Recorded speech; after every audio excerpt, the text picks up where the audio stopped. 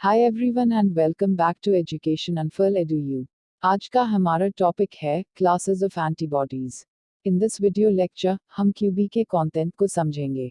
In next video lecture we will discuss the content that you need to know other than the one being covered in this video lecture.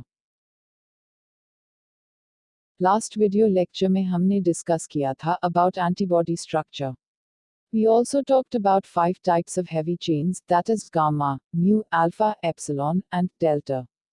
And इन्हीं के basis पर 5 तरह की antibodies और immunoglobulins are there, that is IgG, IgM, IgA, IgE, and IgD. Let us discuss about them in detail. So, now अगर हम heavy chain के constant region की length को consider करें, तो length vary करेगी, according to the heavy chain being considered.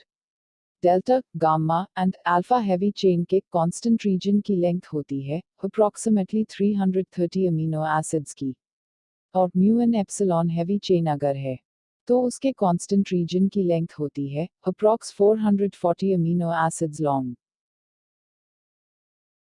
अब अगर मॉलिक्यूलर वेट की बात करी जाए, वो डिफरेंट क्लास ऑफ एंटीबॉडी में डिफरेंट होती है। IgA, IgG and IgD का molecular weight होता है 55 kilodaltons, and for IgM and IgE it is 20% heavier. Now, ये जो heavy chain के constant regions है, ये isotypes होते हैं।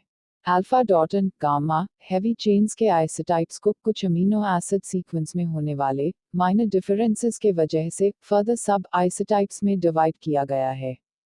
ये डिफरेंसेस क्योंकि माइनर है, इसलिए एक अलग हेवी चेन में डिफरेंशिएट करने की जगह इनको एक सब आइसोटाइप में क्लासिफाई किया जाता है।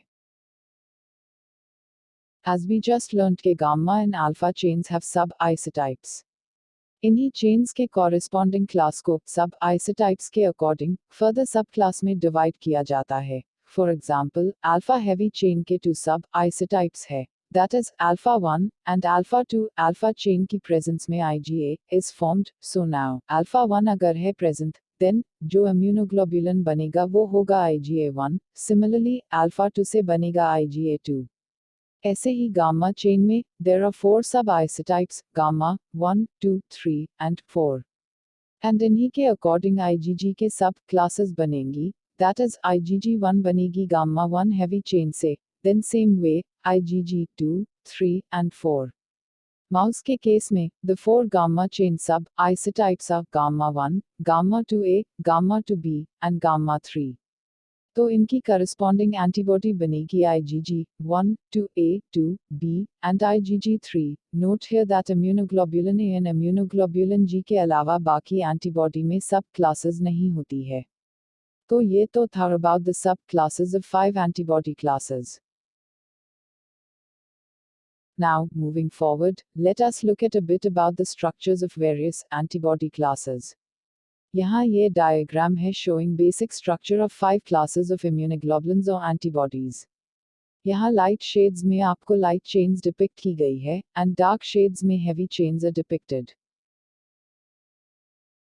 IgG को अगर देखें, तो यहाँ heavy chain के 4 domains हैं, 1, 2, 3 and 4. Similarly IgA और IgD में भी 4 domains हैं heavy chain के as you can see here. Also, इन तीनों में एक hinge region भी है जिसके बारे में हम बात करेंगे in some time. But IgM and IgE में एक heavy chain में there are 5 domains, like in this 1, 2, 3, 4 and 5. Similarly यहाँ पर भी 1, 2, 3, 4 and 5. इन दोनों antibody के structure में hinge region भी present नहीं होता. Now, let us look at structures of immunoglobulin M and immunoglobulin A. These antibodies can make polymers. Here we can see a dimer of IgA, and here is a pentamer of IgM is shown here, in दोनों structures में. There is this J chain. ये chain जो है, ये FC region से bind करती है. FC region antibodies के heavy chain के C-terminal half part को कहा जाता है. J chain is linked to this FC region of 2 antibodies with the help of 2 disulfide bonds. जैसे यहाँ IgM को अगर देखें, इस पेंटामर की 2 antibodies का FC region जो है, वो बाउंड है J chain से. कैसे बाउंड है? by these disulfide bonds. Now, IgM generally is a pentamer in serum, however, IgA, जो है, वो monomer होती है, and on secretion, it forms a dimer. कभी कभी they can be found to form trimers and tetramers too. Now, let us talk about the hinged region. इन तीन antibodies में hinged region is present. ये region CH1 and CH2 के बीच में present होता है. इस region में proline residues जो है वो इसको flexible बनाते हैं, and hence, जो दो arms है, antibody के, वो अलग अलग angle बना सकते हैं, so that antigen से binding और भी efficient हो सके. यहाँ पर cysteine residues भी होते हैं जो इनकी dimerization में help करते हैं. हिंज रीजन में आप देख सकते हैं कि डाइसल्फाइड बॉन्ड्स आर प्रेजेंट. ये बॉन्ड्स डिफरेंट क्लासेस एंड सब क्लासेस में डिफर कर सकते हैं. फॉर एग्जाम्पल, यहाँ पर इम्यूनोग्लोब्युलिन जी की सब क्लासेस आर डिपिक्टेड. यहाँ इम्यूनोग्लोब्युलिन G3 में 11 disulfide bonds are there, and here we have 4 bonds, and here 2 bonds, as can be seen in the figure. Also, IgE के पास हिंज रीजन नहीं है. वो अपने डाइसल्फाइड बॉन्ड्स बनाता है CH1 and CH3 डोमेन के बीच में. IgM में डाइसल्फाइड बॉन्ड्स जो है वो CH3 and CH4 के लेवल पर बनते हैं. Now, let us talk about the carbohydrate chains in immunoglobulins. Certain domains of these antibodies are present too close to each other, and to prevent their nest link, carbohydrate chains present होती हैं, ताकि वो और नज़दीक ना आ जाएं.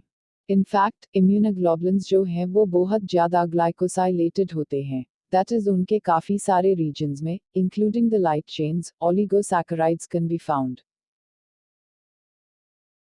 Now, Ig alpha, delta and gamma. इन तीनों में जो कार्बोहाइड्रेट चेन है वो CH2 domains के बीच में present होती है, and mu and E chain में ये चेन CH3 domains के बीच में present होती है. ये 5 क्लासेस जो है इम्यूनोग्लोबुलिन्स की, ये या तो सीक्रेटेड फॉर्म में प्रेजेंट होती हैं या फिर मेम्ब्रेन बाउंड होती है. ये डिपेंड करता है इम्यूनोग्लोबुलिन mRNA की स्प्लाइसिंग पर. Let us see how. ये जो डार्क कलर्ड रीजन है, ये वेरिएबल रीजन का mRNA ट्रांसक्रिप्ट है. लाइट ब्लू रीजन जो है ये है हैवी चेन के कांस्टेंट रीजन का मैसेंजर RNA ट्रांसक्रिप्ट. ऑल्सो यहाँ पर एक पिंक रीजन है और एक ग्रीन रीजन है. अगर स्प्लाइसिंग के बाद pink region is retained, then जो mRNA अब बनेगा वो सेक्रेटरी एंटीबॉडी बनाएगा. एंड अगर ये ग्रीन वाला रीजन रिटेन्ड है, देन मेम्ब्रेन बाउंड एंटीबॉडी बनेगी. बेसिकली इसका मतलब ये है कि जीन के दो सेगमेंट्स हैं. एक एनकोड करता है सेक्रेटरी एंटीबॉडी को एंड दूसरा मेम्ब्रेन बाउंड एंटीबॉडी को. ऑल्टरनेटिव स्प्लाइसिंग के बाद प्रोसेस ट्रांसक्रिप्ट में कौन सा सेगमेंट स्प्लाइस हो रहा है एंड कौन सा नहीं, उसके बेसिस पर डिसाइड होगा कि कौन सी एंटीबॉडी बनेगी. अगर सेक्रेटरी को एनकोड करने वाला सेगमेंट स्प्लाइस आउट हो जाता है, दैट इज वो प्रोसेस ट्रांसक्रिप्ट का पार्ट नहीं है, तो उस केस में मेम्ब्रेन बाउंड एंटीबॉडी बनेगी एंड वाइस वर्सा. तो आज के लिए इतना ही. नेक्स्ट वीडियो लेक्चर में हम एंटीबॉडी क्लासेस के बारे में थोड़ा और जानेंगे.